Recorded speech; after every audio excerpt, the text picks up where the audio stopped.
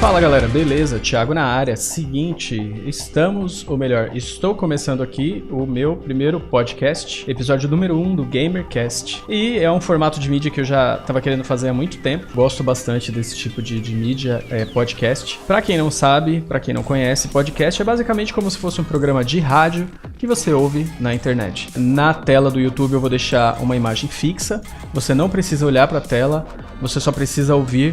É basicamente só áudio. E nesse episódio eu vou falar sobre 4 assuntos. Um computador gamer, na minha opinião.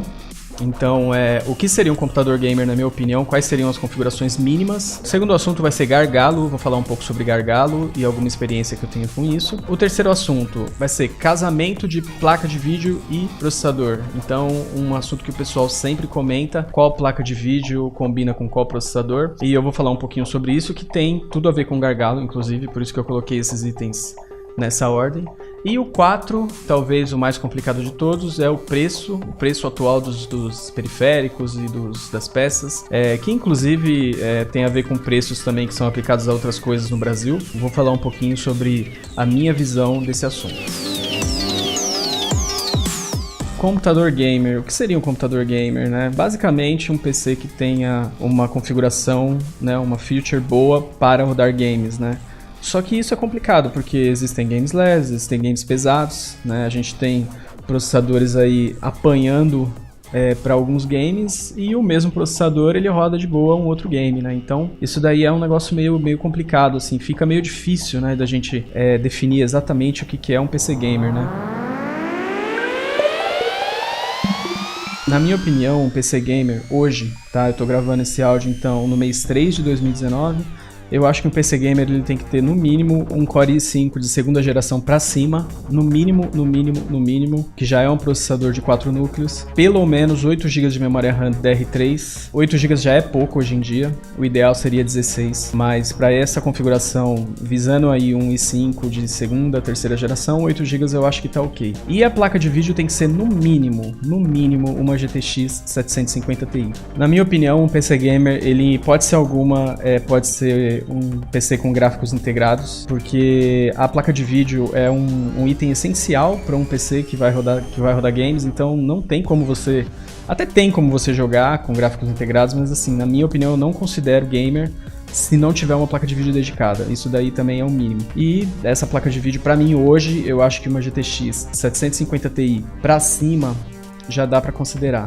Tem gente que diz que tem que ser da 1050 para cima. Se você for comprar uma placa nova hoje, eu recomendo a 1050, daí para cima, né, claro. Mas eu acho que com a GTX 750 Ti ou similar, tá? Quando eu falo i5 de segunda geração ou GTX 750 Ti, você também pode pegar a linha da AMD, tanto de processador quanto de placa de vídeo, alguma coisa similar, tá? Eu vou falar mais de NVIDIA e Intel, porque são marcas que eu conheço melhor, eu tenho esses hardwares, né?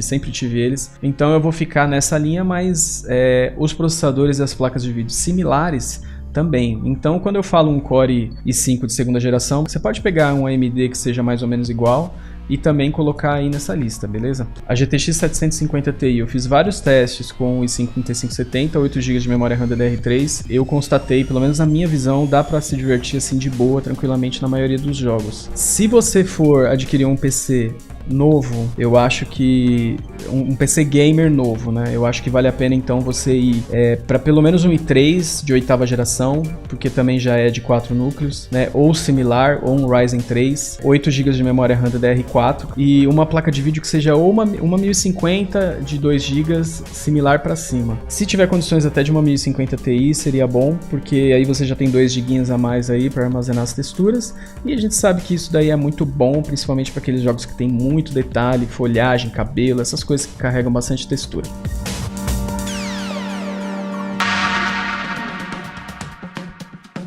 Pessoal, vamos falar então um pouquinho sobre gargalo? Bom, gargalo basicamente é o seguinte, é quando uma peça do seu computador ele trava a sua máquina. Não que ele trava, mas ele empaca a tua máquina. Então, por exemplo, você tem um gargalo de processador quando o seu PC tá querendo andar, tá querendo deslanchar, só que o processador tá batendo no máximo dele, no 100%. Então, isso daí é o tal gargalo. Placa de vídeo, mesma coisa. De repente você tem um processador muito forte, uma placa muito fraca, você tá usando ali, 20% do processador, pouquinha memória RAM e a placa de vídeo tá lá batendo no 100%. Então, ela gera o famoso gargalo. Isso daí acontece, eu acho que é normal. Dentro de um cenário assim ideal, na minha opinião, seria legal a gente ter um processador batendo em 90%, entre 80% e 90% mais ou menos, e uma GPU ali no 100%.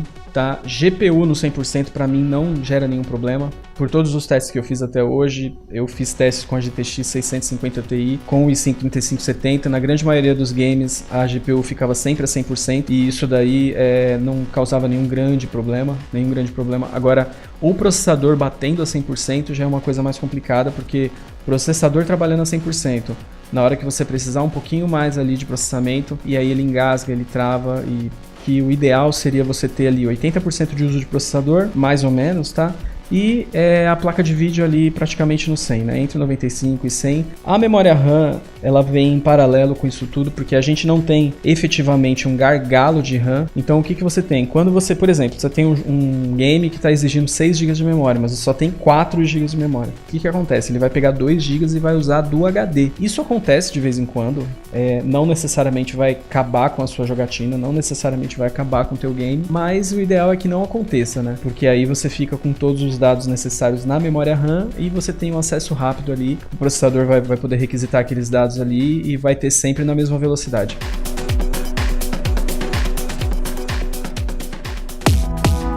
Pessoal, vou falar então um pouquinho sobre GPUs e CPUs, o casamento de GPUs e CPUs. Aí o pessoal tem muito essa dúvida, né, de qual GPU combina, equilibra bem com qual CPU, né? Esse assunto aí, ele é um pouco complicado porque os games, eles se comportam de maneiras diferentes, né? E dependendo da resolução que você coloca também, fica diferente. Por exemplo, tá? Só um exemplo. Se você jogar um game, um Paladins, um CSGO, você vai ter um comportamento do GPU e da CPU. E quando você jogar um game que não é online multiplayer, um game de campanha, você vai ter um outro comportamento do mesmo kit. Isso daí vai variar de acordo com o game. Games online multiplayer, eles exigem bastante do processador, principalmente ali para a questão de carregar o mapa e tal. E games que são de campanha, que você joga sozinho, offline, eles são games que exigem muito do GPU, né? Da placa de vídeo. Tem muita textura, porque tem muitos detalhes, porque tem muitas coisas que carregam ali para você só. Então, os desenvolvedores, eles podem colocar um ambiente mais pesado gráfico, porque você vai estar carregando ali no seu computador, não é uma coisa que precisa rodar online. Então, tem essas questões aí, depende do jogo. Nos testes que eu fiz com a GTX 650 Ti e com o i5 3570, vocês podem ver que existe um comportamento muito diferente desse mesmo kit no CSGO, por exemplo, e no Rise of the Tomb Raider. No Rise of the Tomb Raider você tem mais ou menos 30% de uso de CPU, enquanto a GPU fica lá no talo o tempo todo. Enquanto no CSGO o GPU fica também no talo o tempo todo, mas a CPU fica lá em 80, 90, chega a bater 100% às vezes. E é o mesmo kit. Então a gente tem que ver qual é o jogo que a gente quer jogar e aí você monta mais ou menos de acordo. De forma geral, você pode indicar, por exemplo, tá? Você tem um i5 3570, você pode usar aí até uma 1050 Ti, uma 1060 de 3 GB, que ele vai carregar bem ali na máxima resolução. Só que você vai ter essa inversão aí dependendo do game, né? E é para isso que existem os testes. Existem canais de testes aí que colocam vários testes de várias placas, de vários processadores, e vocês podem, eu acho que tudo que você procurar hoje no YouTube você consegue achar. Então se você colocar aí, cara, uma combinação assim absurda, se você colocar GT 630 com o i7 7700, você vai achar algum maluco que fez esse teste, entendeu? Dá uma olhada antes de você montar sua máquina, ver os games que você quer jogar, dá uma olhada em vários testes na internet e aí você vai e faz uma compra segura.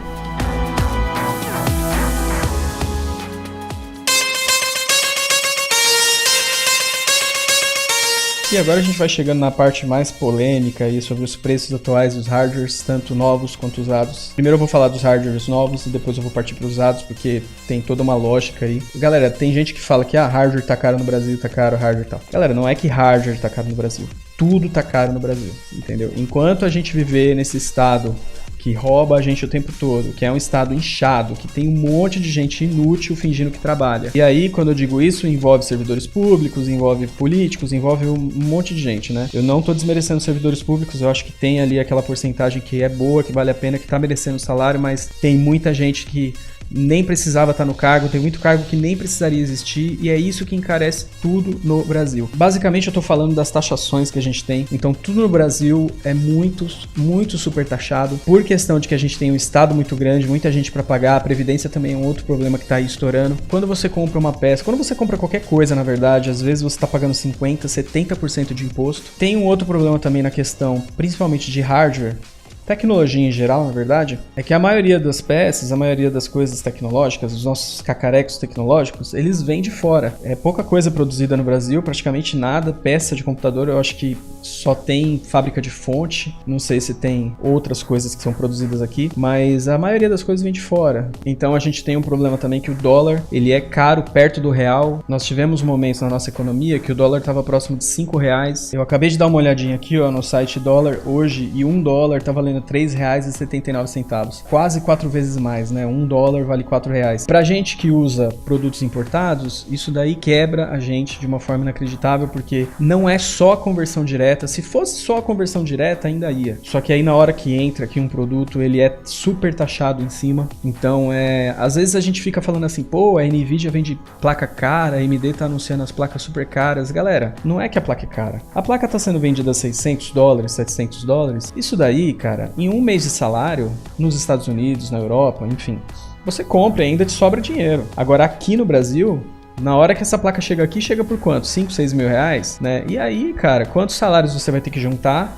pra chegar nesses, que seja 4 mil, entendeu? Você vai ter que juntar 2, 3 salários. Cada caso é um caso, mas falando de forma geral. Então não é que a Nvidia é evil, não é que a AMD, não é que a Intel é evil. Não, nada a ver. O problema, cara, é o Estado. Pensando em poder de compra, né? Chega 7, 8 vezes mais caro do que um americano paga nos Estados Unidos, né? Então é complicado. Quem já saiu do país sabe que as coisas na América, na Europa, são muito mais tranquilas em relação a preço. Então você ganha lá, por exemplo, $1.000, você faz muita coisa com $1.000, enquanto aqui no Brasil, com R$1.000, você não faz praticamente nada. Quando uma coisa nova tá caro, o cara que tem o antigo, ele vai querer vender mais caro também. Esse é um dos poréns aí que faz as peças ficarem caras. E a outra que é o seguinte, tem muita gente viajando. Por exemplo, tá? Vamos tomar como um exemplo aqui, ó, o i7 4770. É um processador de quantas gerações atrás? A gente tá na nona geração, um processador de 5 gerações atrás. Você procura um desse no Mercado Livre, você vai se assustar com o preço. Cara, o pessoal tá pedindo R$1.000 um processador de quarta geração. Tudo bem, é um i7 de quarta geração, um processador muito bom, claro.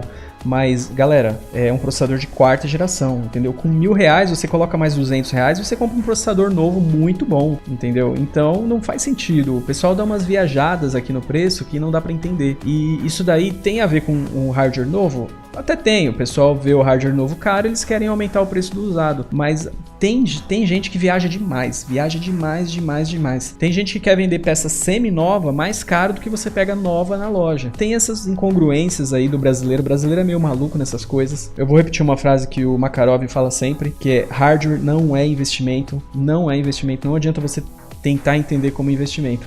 O cara que comprou um i7 de quarta geração, ele não vai conseguir vender ele pelo preço de um i7 de sétima, de oitava geração. Não vai, cara, porque ninguém vai ser besta de comprar, entendeu? Se você tá querendo vender o seu i7 de quarta, quinta geração pelo preço do i7 novo, cara, desce daí, velho. Por que que o cara vai comprar o seu processador, sendo que ele pode, por praticamente o mesmo dinheiro, comprar um processador mais atual? Essa é a questão. E outra coisa também, digita no Mercado Livre agora, digita lá, computador gamer, e aí vai lá e coloca nos preços mais baixos pra você ver. Cara, tem gente vendendo Core 2 Duo, sem placa de vídeo, dizendo que é PC gamer. Cara, que é isso? Tem muita gente maluca no Mercado Livre.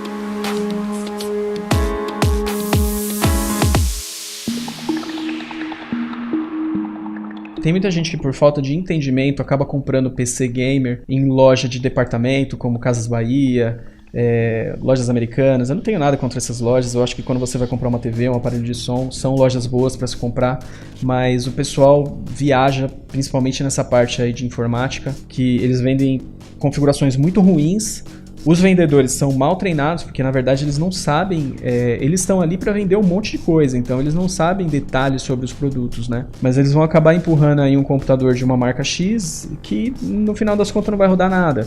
Se você fosse comprar numa loja especializada, ou se fizesse uma pesquisa de peças e comprasse em lojas separadamente, você ia economizar dinheiro e ia ter uma máquina muito melhor. O mercado de hardware no Brasil, ele tá meio maluco, principalmente de hardware usado. O mercado de hardware novo, ele tem influência direta de política cambial, tem influência direta de taxação. Então eu gostaria de meio que desmistificar assim a questão de que tem gente que acha as empresas, né, evil. Não são, cara, não são.